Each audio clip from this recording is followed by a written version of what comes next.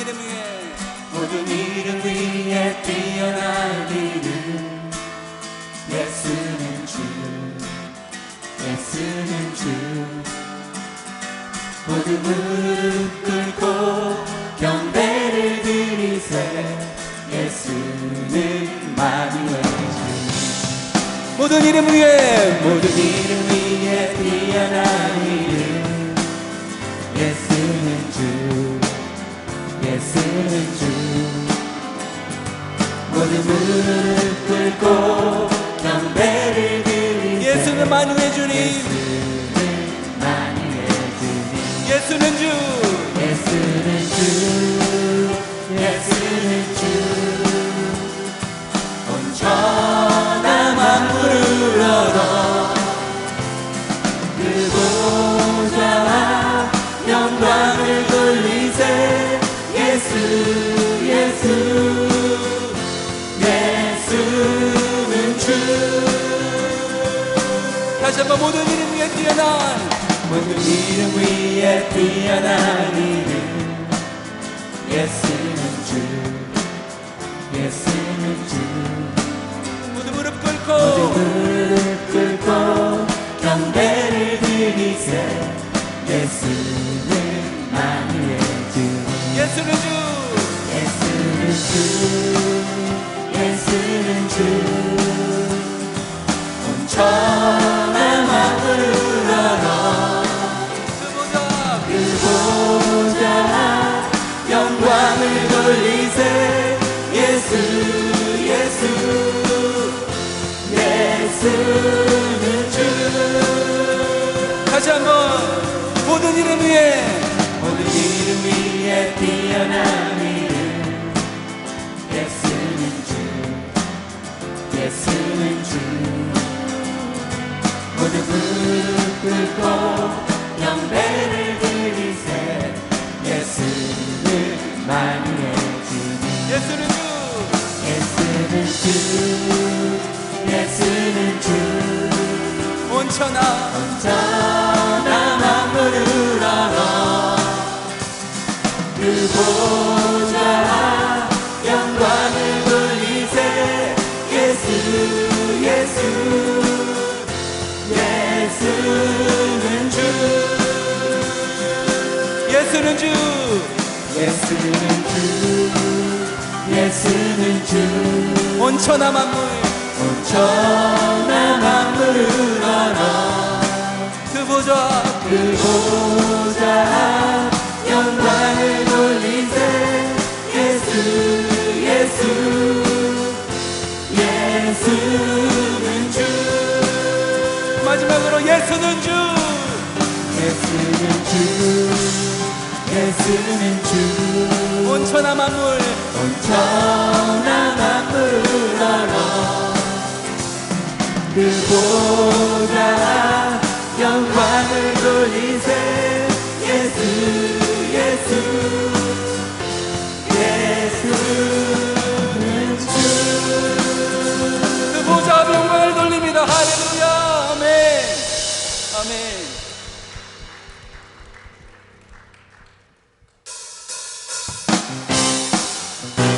다 같이 일어나셔서 우리 기쁨으로 찬양하며 주님의 이름을 높여드리며 나가겠습니다. 주 이름 큰 능력, 주 이름 큰 능력 있도다. 난 믿네. 그 이름 예수의 그 이름 부를 때 새 생명, 새 생명 얻었네. 마귀는 떠나가고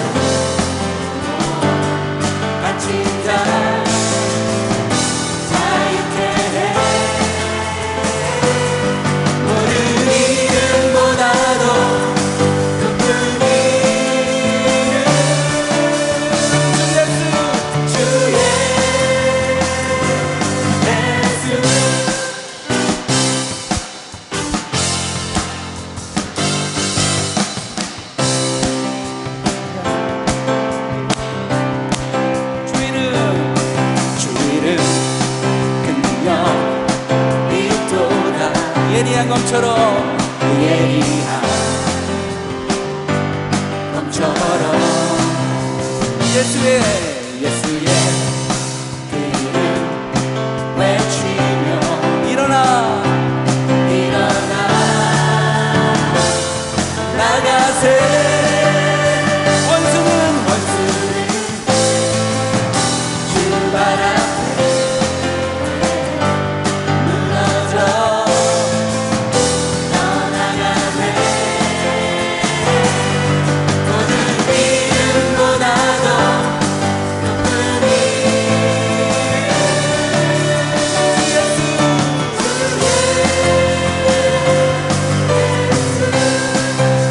주 이름 다시 한번 2절 믿도나 예리한 검처럼 예리한 검처럼 예수의 예수의 그 이름 외치며 일어나 일어나 나가세 원수는 원수는 주 발 앞에 무너져 떠나가네 모든 이름보다도 높은 이름 주 예수 원수는 떠나가고 원수는 떠나가 무너져 떠나가네 떠나가네 모든 이름보다도 높은 이름 주 예수 다시 한번 원수는 원수는 주 발 앞에 주 발 앞에 무너져 떠나가네 모든 이름을 뛰어나 모든 이름보다도 높은 이름 주 예수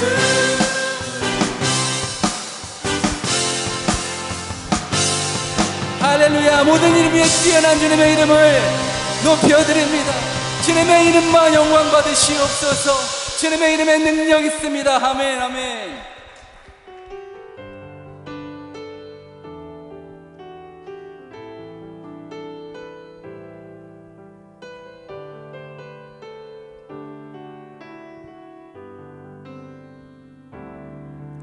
나의 안에 거하라 나는 내 하나님이니 모든 환난 가운데 너를 지키는 자라 두려워하지 말라 내가 널 도와주리니 놀라지 말라 내 손 잡아주리라 나의 안에 거하라 나의 안에 거하라 나는 내 하나님이니 모든 환난 가운데 너를 지키는 자 두려워하지 말라 두려워하지 말라 내가 널 도와주리니 놀라지 말라 내 손 잡아주리라 내가 너를 지명하여 불른 나를 너는 내 것이라 내 것이라 너의 하나님이라 내가 너를 보배롭고 존귀하게 여기노라 너를 사랑하는 내 여호와라 나의 안에 거하라 나의 안에 거하라 나는 내 하나님이 모든 환난 가운데 너를 지키는 두려워하지 말라 두려워하지 말라. 내가 널 도와주리니 내가 널 도와주리니 놀라지 마라. 놀라지 말라. 내 손 잡아주리라. 내가 너를 지명하여 불렀나니 내가 너를 지명하여 불렀나니 너는 내 것이라. 내 것이라 하십니다. 내 것이라. 너의 하나님이라. 내가 너를 노래롭고 존귀하게 여기노라. 너를 사랑하는 내 여호와라. 내가 너를 지명하여 불렀나니 내가 너를 지명하여 불렀나니 너는 내 것이라. 내 것이라. 내 것이라. 너의 하나님이라. 내가 너를 노래롭고 존귀하게 여기노라. 너를 사랑하는 내 여호와. 주의 말씀 의지하여 주의 말씀 의지하여 깊은 곳에 금을 던져 오늘 그가 놀라운 일을 이루시는 것 보라. 주의 말씀 의지하여 믿음으로 금을 던져 믿는 자에게 능치 못하오네. 전능하신 나의 주 하나님, 전능하신 나의 주 하나님은 능치 못하실 일 전혀 없네. 우리의 모든 간구도 우리의 모든 생각도 우리의 모든 꿈과 모든 소망도 신실하신 나의 주 하나님은 우리의 모든 괴로움, 우리의 모든 괴로움 바꿀 수 있네. 불가능한 일 행하시고 불가능한 일 죽은 자를 일으키시니 죽은 자를 일으키시니 아멘. 그를 이길 자 아무도 없네. 주의 말씀 의지하여 주의 말씀 의지하여 깊은 곳에 금을 던져 오늘 그가 놀라운 일을 이루시는 것 보라. 주의 말씀 의지하여 믿음으로 금을 던져 믿는 자에게 능치 못하오네. 주의 말씀 의지하여 주의 말씀 의지하여 깊은 곳 깊은 곳에 금을 던져 오늘 그가 놀라운 일을 이루시는 보라. 주의 말씀 의지하여 믿음으로 금을 던져 믿는 자에게 능치 못하오네. 아멘. 우리 이 시간에 기도하며 나아갈 때 사랑하는 나의 아버지, 이름 높여 드립니다. 이번 2023년을 맞이하여 저희들의 모든 삶을 주님께 의탁하오니 주께서 은혜로 받아 주시옵소서. 예수님의 보혈의 공로가 성령님을 통하여 실제 이곳의 역사함으로 저희들의 모든 죄가 회개의 영과 함께 흰눈처럼 깨끗하게 하여 주셔서 하나님의 보좌로 기쁘게 나아갈 수 있는 심령이 다 되게 하여 주옵시고, 예배 가운데 우리의 부족함을 성령께서 충만히 임재하여 주심으로 이 예배를 통하여 저희들 모두가 하나님 아버지를 만나는 기쁘고 거룩한 시간이 되게 하시고, 하나님께는 영광이요 저희들에게는 한량 없는 하나님의 은혜와 사랑을 경험케 하여 주셔서 이 혼탁하고 힘든 세상에서 하나님의 자녀로 강하고 담대하게 살아갈 수 있는 힘과 용기를 주시길 간절히 원합니다. 하나님의 순수한 복음이 살아있을 때는 교회가 세상에 선한 영향력을 주었으나 교회가 인본주의와 종교 혼합주의와 물질 만능주의에 흔들리며 급기야는 하나님의 말씀과 창조의 시설을 정면으로 대치되는 음란의 영이 하나님이 복음을 위해 세운 이 땅 미국 땅과 교회에 음습하고 있습니다. 특별히 저희 감리교단은 요한 웨슬리의 올더스 게데스의 성령의 역사로 인한 중생의 체험과 페들레인에서의 성화를 이루게 하는 성령의 충만을 이뤄가고 있습니다. 우리가 성령을 받아야 병마를 이기고, 우리가 성령을 충만을 받아야 영능력이 강건해지고, 우리가 성령 충만을 받아야 성결한 삶을 살 수 있고, 우리가 성령 충만을 받아야 마귀와 제약된 세상을 이기며, 우리가 성령 충만을 받아야 전도자의 삶을 살 수 있고, 교회 공동체에 성령이 충만히 임해야 진정한 교회의 부흥이 일어날 줄 믿습니다. 하나님, 이 시간 저희들의 성령의 충만을 간절히 바라며 소망하는 갈급한 심령이 다 되게 하여 주옵소서. 원래 성령으로 행하라는 말씀을 저희 교회에 주시니 감사합니다.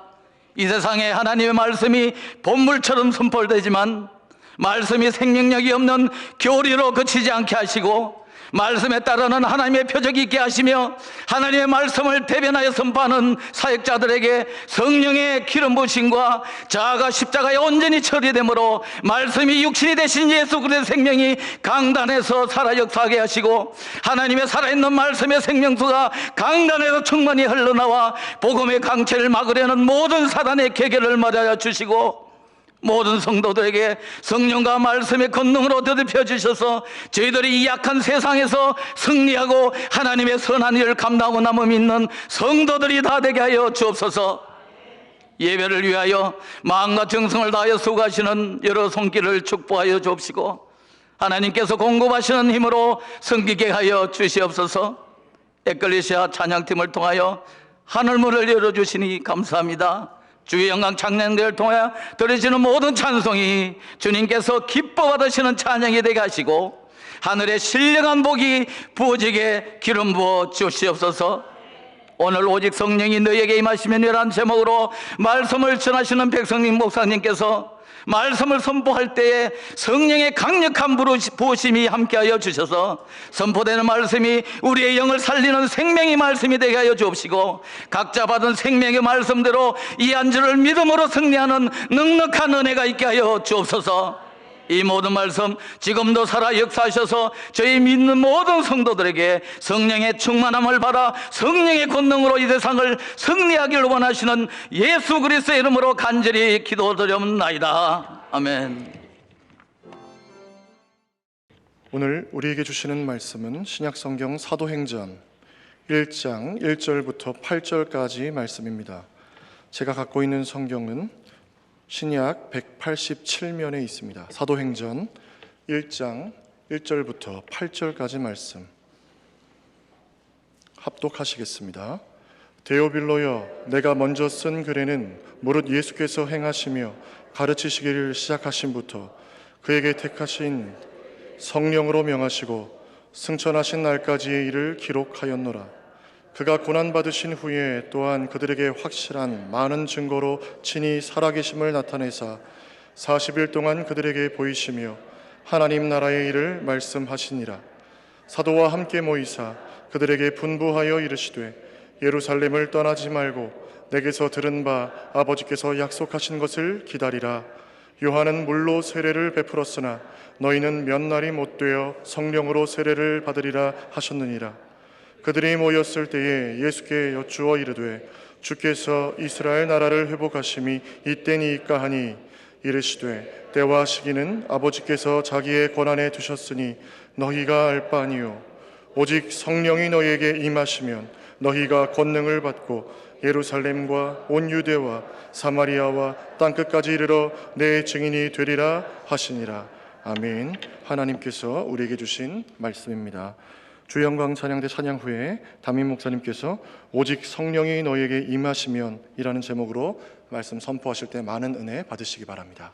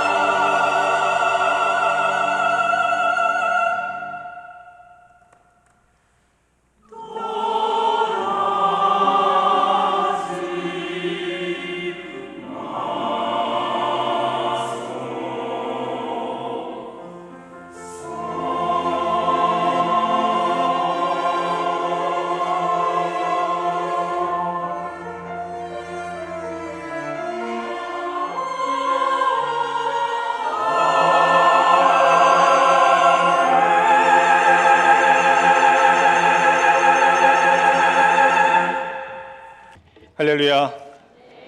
떠나지 아니하시고 항상 우리와 함께 하시는 하나님 아버지께 감사의 박수 한번 올려드리겠습니다.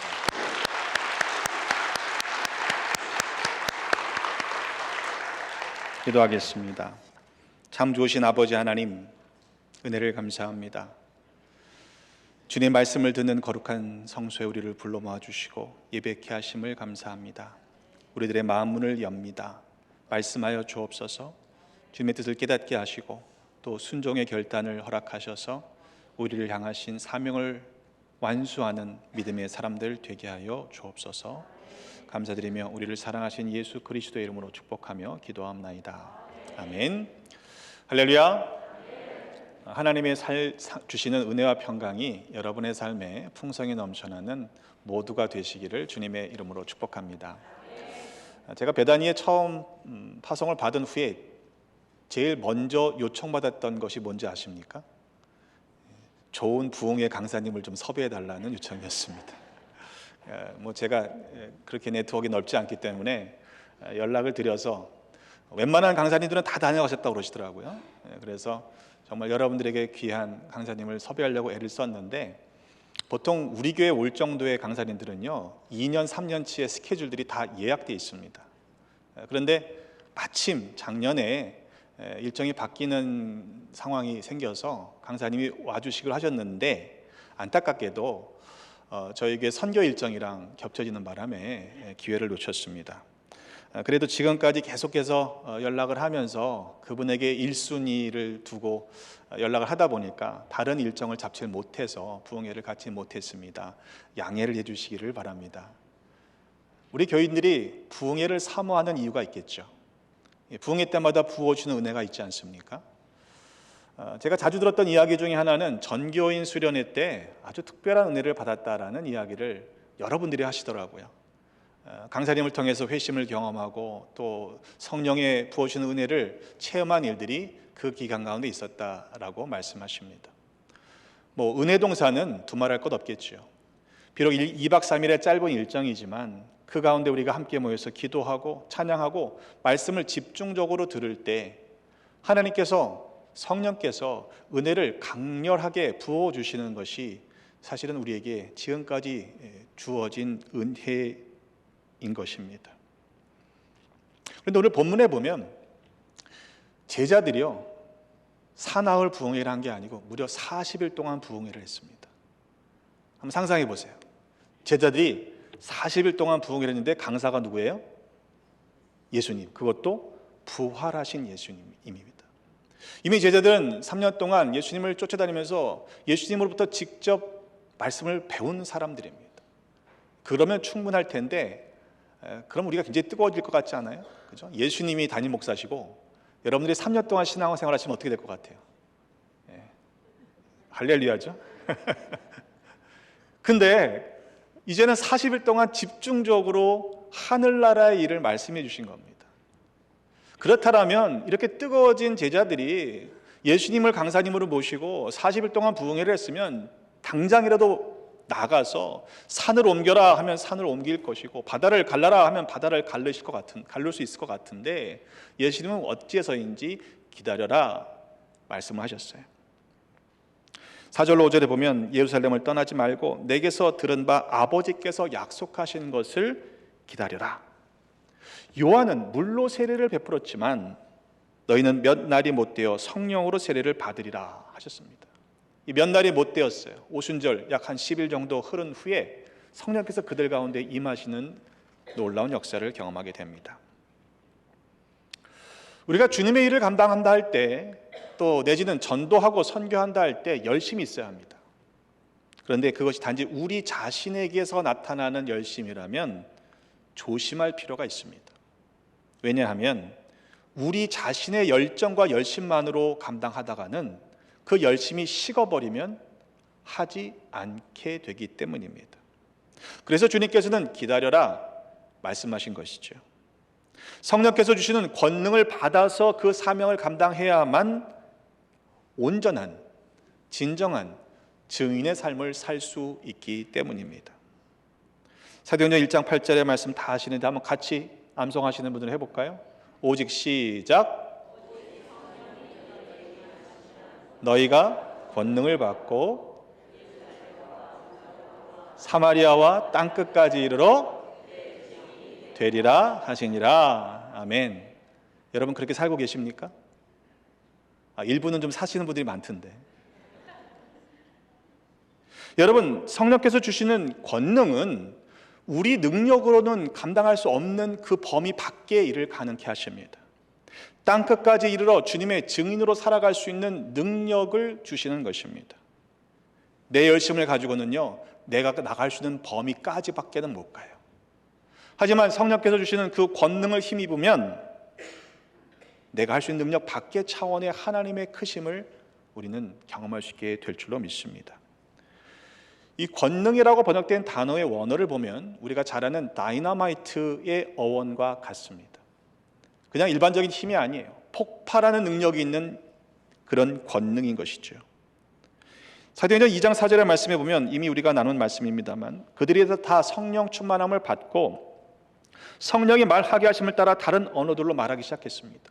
배운 적이 없던 다른 나라의 각 지역의 방언들을 이 제자들이 복음을 전할 수 있도록 하나님께서 은혜를 부어주신 것이, 그런 능력이 나타납니다.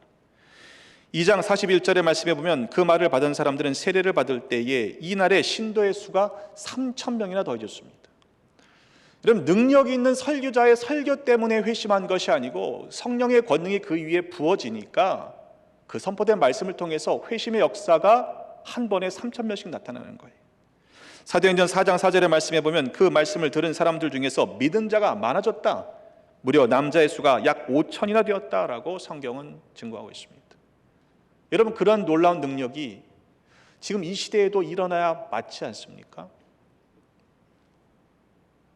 제자들은 본래 학문이 없는 평범한 사람들처럼 여겼습니다.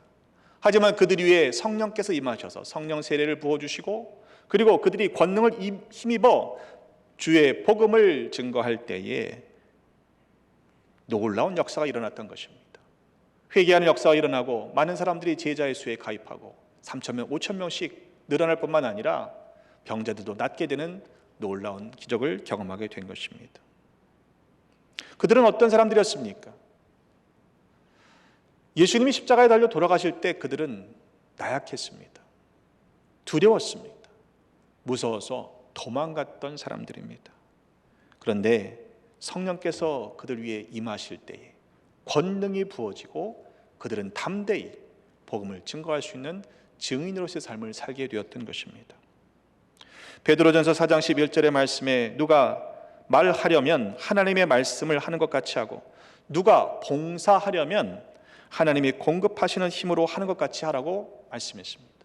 왜입니까? 하나님만이 영광을 받으셔야 하기 때문입니다. 그에게 영광과 권능이 세세 무궁하도록 있느니라. 아멘. 우리가 주의 일을 할 때, 복음을 증거할 때, 선교할 때에 우리 힘으로 하지 마시고 하나님이 공급해 주시는 힘으로 말미암아 감당하시는 모두가 되시기를 주님의 이름으로 부탁을 드립니다. 내가 하려고 하기 때문에 문제가 생기는 거예요. 자, 그렇다면 한번 질문을 해보겠습니다. 여러분 성령 세례 받으셨죠? 자, 그럼 뭐 하고 계십니까? 성령께서 우리 가운데 은혜를 부어주셨고 권능을 이미 허락하셨다면 어떻게 하셔야 돼요? 이미 우리는 증인의 삶을 살고 있어야 하지 않느냐라는 말입니다. 성령을 우리에게 주시는 이유는 우리가 단순히 뜨거워지라고만 주시는 것이 아닙니다. 뜨거워지게 하시는 이유가 무엇입니까? 성령 충만하게 하신 사건에 반드시 뒤에 따라오는 역사들을 보면 말씀의 사건이 있습니다. 말씀이 선포될 때 하나님의 놀라운 역사가 눈에 보이도록 드러나는 하나님의 일들이 이루어지는 것을 보게 됩니다. 성령을 주시는 이유는 분명한 목적이 있다는 사실입니다. 내 증인이 되리라. 증인의 삶을 살아가도록 성령님께서 임하셔서 권능을 부어 주시는 것입니다. 증인이 된다는 것은 무슨 의미입니까? 사전에 보면 증인은 어떤 사실을 증명하는 사람입니다. 법정에서 증인이 되려면 선서를 하잖아요. 법정에서 증인의 역할은 뭐예요? 어떤 사건의 현장에서 있었거나 그 사건을 목격했던 사람들이 사실 그대로 증언하는 것이 증인입니다. 우리 스스로에게 먼저 물어야 하는 것은 과연 나는 증인인가 하는 사실입니다. 여러분, 주님을 만나셨습니까?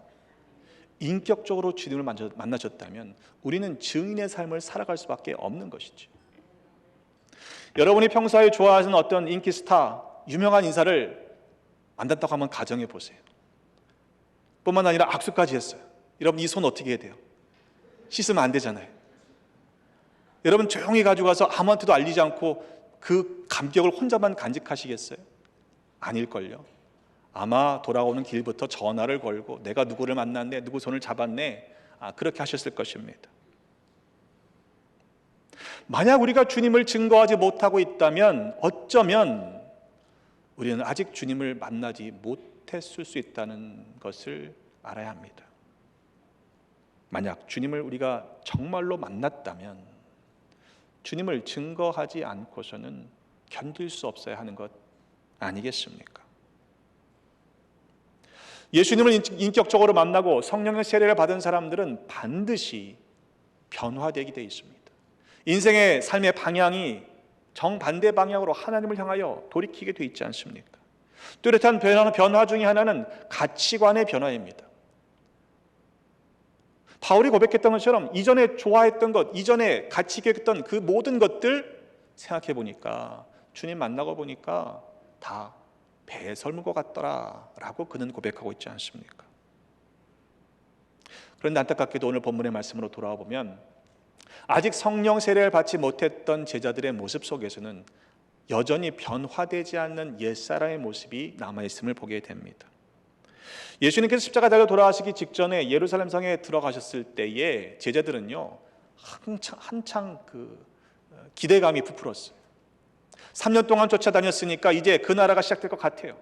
기적과 말씀의 능력을 생각해 보니까 이제 예수님이 그 나라를 시작하시면 뭔가 대단한 일들이 일어날 것이라고 그들은 기대했습니다.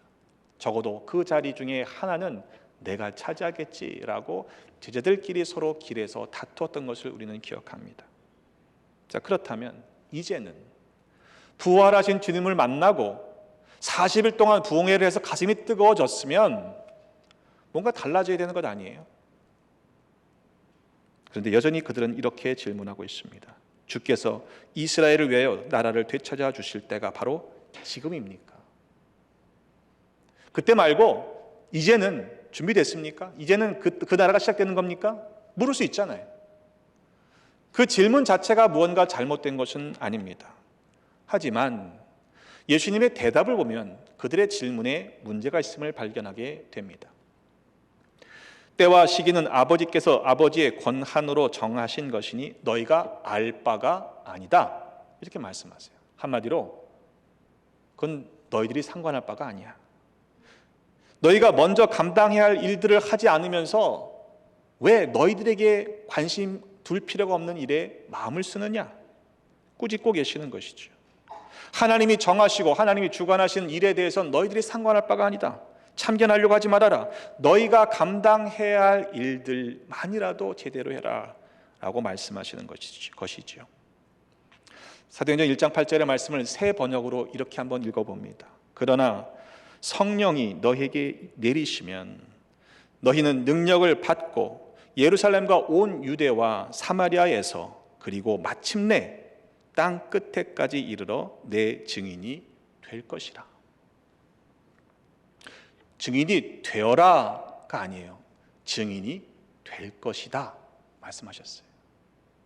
성령을 우리가 받았다면 이미 우리는 증인으로서의 삶을 살고 있어야 한다는 의미입니다. 이 말씀은 사도들한테 주신 말씀이잖아요. 그죠? 나한테 주신 말씀은 아니니까 여러분 빠져나갈 수 있을까요? 나는 증인으로 삶을 살 수 있는 자격이 없습니다. 그 말은요, 나 주님 만난 적 없다는 말이에요. 성령이 내게 임하시지 않았습니다. 성령 세례 받지 않았다는 핑계를 댈 수 없습니다. 왜냐하면 고린도전서 12장 3절에 성령이 아니고서는 우리가 예수를 주시라고 고백할 수 없기 때문입니다. 어떤 분들은 그런 말씀하세요. 아유, 나는요 내 주변에 전도할 사람이 없어요. 내가 아는 사람들은 다 교회 다녀요.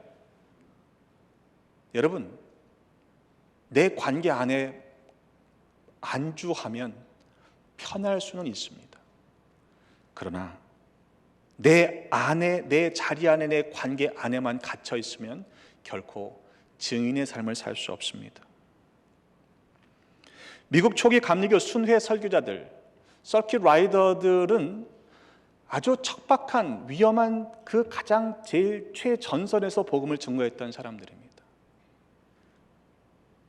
그들이 1년에 한 번씩 날짜를 정하고 장소를 정해서 모였던 것이 연회입니다. 지금 이런 행정단위가 아니었어요. 그들의 평균 수명이 27세밖에 되지 않았습니다. 복음을 증거하기 위해 거기까지 나가지 않았다면 그들의 생명은 더 길게 연장됐을런지 모르겠어요. 여러분, 그들이 짧게 살았다고 불행한 삶을 살았다 이야기할 수 있겠습니까? 만약 그들이 안전한 지역에서 편안한 곳에서만 복음을 증거했다면 아마 더 오래 살았을 수 있을 것입니다. 그들이 연회로 모일 때 어떤 마음이었을까요? 한번 상상해 보세요. 목숨을 걸고 복음을 증거했던 그들이 다시 돌아와서 불렀던 찬송이 지금 우리 개편된 찬송에는 없는데 이전 찬송 280장에 있습니다. 생전에 우리가 라는 찬송이에요. 혹시 기억하시는 분 있을 것입니다. 생전에 우리가 또다시 모였네, 예수의 보호하심을 다 찬송하리라. 주 예수 은혜를 힘입어 살 동안 싸움터 같은 세상에 두려움 없었네. 주 예수 변찮는 큰 사랑 베푸사 이때껏 인도하셨고 늘 인도하시리. 구주의 권능을 힘입고 살았네. 그 은혜 찬송하려고 이곳에 모였네. 이런 찬송을 부르면 모여서 감격을 노래한 거예요. 생전에 우리가, 기억나세요? 여러분, 그들이 연회로 모여서 다시금 뜨겁게 충만함을 받고 헤어질 때 어떤 마음이었을까요? 또다시 만날 수 있을까? 살아 돌아올 수 있을까? 불렀던 찬송이 221장입니다. 주미 있는 형제들. 주미 있는 형제들 사랑의 사귐은 천국의 교제 같으니 참 좋은 친교라. 하나님 보좌 앞 다 기도드리니 우리의 믿음 소망이 주 안에 하나라. 피차의 슬픔과 수고를 나누고 늘 동고동락하면서 참 사랑 나누네. 이 곡이 똑같아요. 또 이별할 때에 맘 비록 슬퍼도 주 안에 교제하면서 또 다시 만나리. 목숨을 걸고 나갔던 사람들이 함께 불렀던 찬송입니다. 여러분, 그렇게 세워진 교회입니다. 예수 그리스도의 핏값으로 세워진 교회라는 사실을 여러분 가볍게 여기지 마십시오. 이 시대의 교회가 과연 그러한 교회로서의 사명을 감당하고 있는지 돌아보면 하나님 앞에 정말 죄송할 뿐입니다. 오순절 다락방에 모여서 기도하던 그들에게 성령님이 임하셔서 권능을 부어주시고 놀라운 역사가 일어날 때에 교회의 양적인 성장이 눈에 보였습니다. 제자들의 수가요, 신도의 수가요, 눈에 띄게 늘어났어요. 급속도로 양적인 성장을 하게 됩니다. 하지만 그들은 하나님께서 성령을 통해서 임하셔서 권능을 부어주신 이유를 잠시 잊고 있었습니다. 성령이 임하시면 권능을 주신다 하셨으니 사도행전 2장 이후에는 적어도 사도들에게는 그 권능이 임했습니다. 제자들이 함께 기도했던 그들의 위에 성령께서 임하시는 것이 보였잖아요. 그런데 그들은 본질적인 성령 충만함을 주시고 권능을 주신 이유, 그 목적을 잊어버렸기 때문에 교인들을 돌보는 데만 신경을 썼어요. 구제하는 데만 신경을 쓰다가 문제가 발생했습니다. 헬라파 유대인들이 자기의 과부들이 매일의 구제에 빠지는 것이 속상했습니다. 왜 우리 과부들은 소외시키느냐? 문제가 일어났어요. 그래서 사도가 모든 제자들을 불러서 말합니다. 우리가 하나님의 말씀을 제쳐놓고 접대를 일삼는 것이 마땅하지 아니하니 이 일은 너희 가운데서 성령과 지혜가 충만한 사람 7을 택해서 그들에게 이 일을 맡기고 우리는 오직 기도하는 일과 말씀 사역에 집중하겠다라고 했더니 모두가 좋아했죠. 결과가 어떻게 되었습니까? 하나님의 말씀이 점점 왕성해졌습니다. 예루살렘에 있는 제자의 수가 더 심히 많아지고 허다한 제사장의 무리도 이 도에 복종했다고 했습니다. 그러면 여러분, 다 문제가 해결된 겁니까? 교회가 부흥하고 양적 성장이 많아지면 그러면 다 된 것이냐, 이 말입니다. 만약 그것이 목표였다면 목표를 이룬 것이죠. 하지만 저들이 잊어버린 것이 있습니다. 여전히 그들은 제자가 아니라 사도로 부름받았다는 사실입니다. 제자는요, 선생님 쫓아다니면서 배우면 되는 거예요. 근데 사도는 보냄을 받았다는 의미입니다. 이제 더 이상 가르칠 거 없으니 하사나여라. 가서 배운 대로 전해라. 증인된 삶을 살아가야 하는 책임을 그들은 가지고 있었지만 이 핑계, 저 핑계에 바쁘다는 이유를 들어 그 사명을 제쳐놓고 있었던 것이죠. 그러다가 어떻게 되었습니까? 7장의 말씀에 가보면 스데반이 결국 순교를 당하고 8장에 보면 그 일로 인해서 교회에 큰 박해를 당하게 됩니다.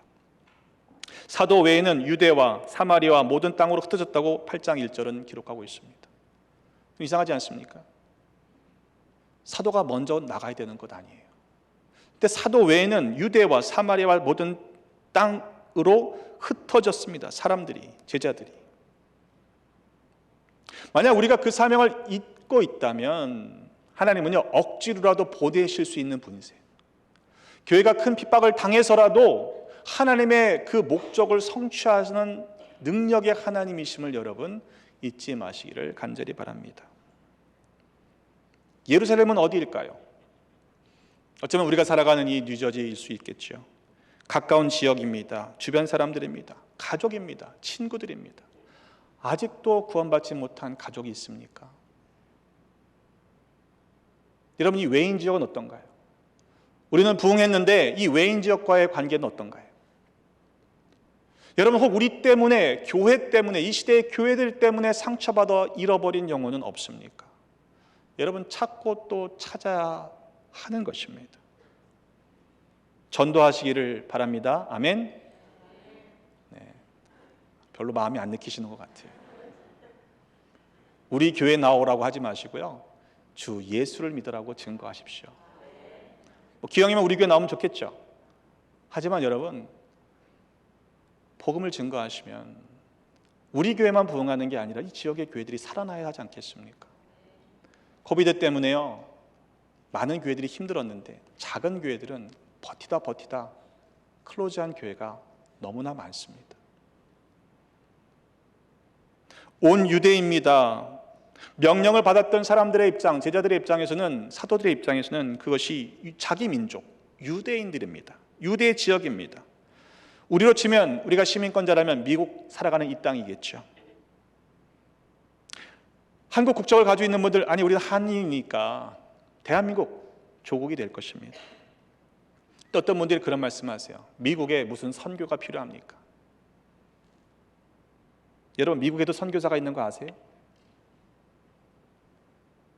아직도 많은 분들이, 선교사님들이 복음을 듣지 못했던 미 전도 종족에게 찾아가서 복음을 증거하는 일이 계속되고 있습니다. 그런데 그것보다 더 어려운 전도가 있어요. 선교가 있어요.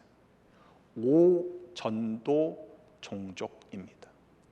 잘못 복음을 받아들인 종족들은요, 아직 듣지 못한 사람들보다 더 복음을 받아들이기가 어려워요.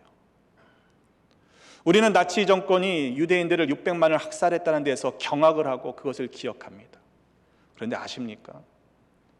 이 미국, 이 아메리카 대륙이 개척되기 위해서 우리가 얘기하는 인디언들, 네이티브 아메리칸들이 희생당한 수가요, 학자들에 따라 좀 차이가 있습니다만 약 7천만 명이나 된다고 합니다.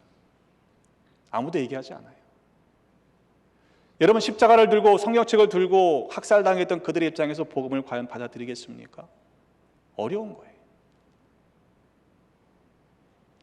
사마리아는 어느 곳입니까? 상종 못할 그 인간이라고 생각하시면 쉬울 것 같아요. 그 동네 같이 지나가는 것도 싫어요. 삥 돌아가는 지역에 사는 사람들. 그런데 여러분 아시잖아요. 이 깨어진 관계를 회복시키시기 위해서 주님께서 이 땅에 오셨지 않습니까? 하늘과 땅의 간극을 줄이기 위해서 이 땅에 오신 분이 바로 우리 구주 예수 그리스도이십니다. 그런데 안타깝게도 보면요, 이민을 살아가는 우리는 한 번 깨지면요 다시 회복이 안 되더라고요. 여러분 정말 안 되는 일입니까? 안타깝잖아요. 여러분 깨어진 관계를 회복할 수 있는 믿음의 사람들이 되시기를 주님의 이름으로 축복합니다. 오랜 세월 속에서 골이 깊어서 더 이상 하나가 될 수 없는 그런 상처들이 남아있다면 여러분 하나님께 맡기세요. 명령이에요. 우리에게 주신 사명입니다. 놀랍게도 박해 때문에, 예루살렘 교회에 일어났던 그 큰 박해 때문에 복음이 사마리아까지 빨리 증거되게 되었습니다. 구원의 대상을 우리의 관계 안에 제한하지 마시기를 부탁을 드립니다. 하나님은 나 같은 인생도 불쌍히 여기셔서 독생자를 보내주시고 구원해 주셨습니다. 그렇다면 하나님은 그 인생도 구원하시는 분이시라는 사실을 알아야 합니다. 땅 끝까지입니다. 우리가 갈 수 있는 곳 끝까지 가셔야 합니다. 그 한계는 거기까지 가본 사람만 알 수 있습니다. 땅 끝까지 어떻게 가요? 라고 출발조차 하지 않는 사람들은 그 땅 끝이 어디인지 경험할 수 없습니다. 물론 예수님께서는 모든 것을 아셨기 때문에 그 땅의 의미를 말씀하셨던 것이겠지만 제자들의 세계관에서는 땅 끝이 굉장히 제한적이었을 것입니다. 우리들은 어떻습니까? 여러분이 생각하는 땅 끝은 어디입니까? 지구는 둥그니까요, 뺑 돌면 어떻게 돼요? 한 바퀴 돌아서. 사실 엄밀하게 말하면 우리가 살아가는 이 지역이 땅 끝일 수 있어요. 출발을 안 하시면 안 되고 한 바퀴 돌아오셔야 됩니다. 여러분 뉴욕과 뉴저지가 얼마나 중요한 선교지인지는 아십니까? 세계 모든 열방의 민족들이 다 모여 사는 곳이 뉴욕이고 뉴저지예요. 근데 우리가 비싼 돈 들여서 선교지 가서 선교는 열심히 하는데요, 내 삶의 주변, 내 이 주변에 살아가는 직장의 동료나 또 내 직원들한테는 선교하지 않아요. 어차피 땅끝이라니까 그냥 선교할 필요도 없겠다, 여기서 해야지 라고 생각하지 마십시오. 일단 한 바퀴 돌아오세요. 이민 목회를 하면서 힘들 때가 있었습니다. 마음을 다잡기가 어려울 때는 한 40분 드라이브를 하면 대서양이 나오는 바닷가에 갈 수 있습니다. 바다를 보면서 제가 그렇게 생각했어요. 아, 여기가 땅끝이구나. 갈 데가 없더라고요. 그래서 그렇게 마음을 다잡고 돌아왔던 적이 한두 번이 아닙니다. 여러분의 땅끝은 과연 어디입니까? 여러분 거기서 뭘 하고 계십니까? 땅끝으로 보내셨다면 복음을 증거하라고 보내신 줄로 믿으시기를 바랍니다. 우리 교회는 특별한 전도 훈련을 받았던 교회입니다. 제가 말씀을 들어보면 아주 굉장해요. 여러분 배단이 교회였기 때문에, 교회이기 때문에 우리가 누린 혜택이 너무너무 많습니다. 감사하시기를 바랍니다. 어떻게 예수전도단 팀을 한 달 동안 데려가고는 합숙하면서 훈련을 받을 수 있어요? 이건 웬만한 교회는 할 수 없는 일입니다. 자, 그런데 그렇게 뜨겁게 훈련을 받았던 그 엄청난 감격을 지금도 기억하면서 행복해 하시는데, 그때는 하셨는데 지금은 뭐 하고 계시냐 이 말입니다. 오늘부터 전도 훈련을 받습니다. 그렇게 받았던 전문적인 훈련과 비교하면요, 아주 약소한 약식 훈련일 것입니다. 그런데 여러분 가볍게 여기지 마시고 증인으로 살아가야 할 우리의 마음을 다시금 회복하는 기회로 삼으시기를 주님의 이름으로 축복합니다. 제가 전도부 모일 때 그렇게 부탁을 드렸어요. 배단이 많이 할 수 있는 전도를 합시다. 다른 교회가 선물, 전도용품 한 개 줄 때 10개 주자는 말 아닙니다. 다른 교회가 할 수 없는 일들, 이 뉴저지 적어도 이 지역을 회복시키고 부흥시키기에 우리가 할 수 있는 능력이 있지 않습니까? 여러분 그것을 찾아야 되지 않겠습니까? 라고 가이드를 드렸어요. 여러분이 만약 1년에 한 명만 전도하면 어떻게 될까요? 여러분이 많이도 아니야, 1년에 한 명. 그건 하실 수 있죠? 주차장이 걱정돼서 안 하실랍니까? 1년에 한 명. 그거 아세요? 요즘에 우리 교회는요, 세 가족이 전도를 하세요. 여러분, 회개하십시오.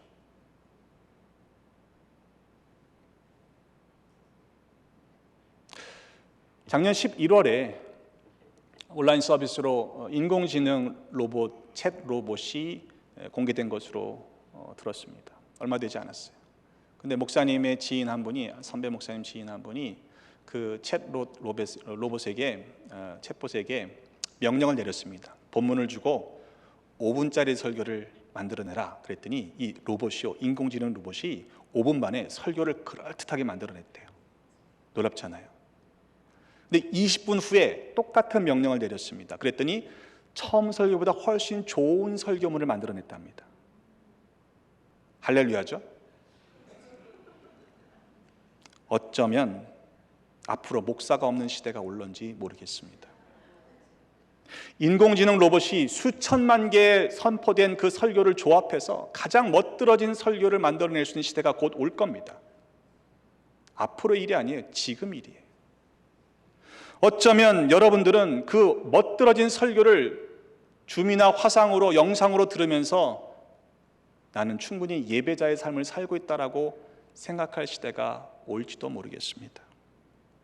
어쩌면 인공지능 로봇을 향해서 너 선교가라, 너 전도해라 명령할지도 모를 시대를 살고 있습니다.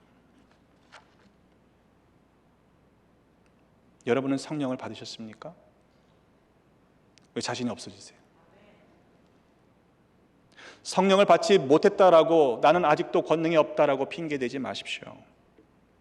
오늘 본문은 분명히 사도들에게 주신 말씀이지만 이미 우리는 성령의 역사를 경험하고 살아가고 있습니다.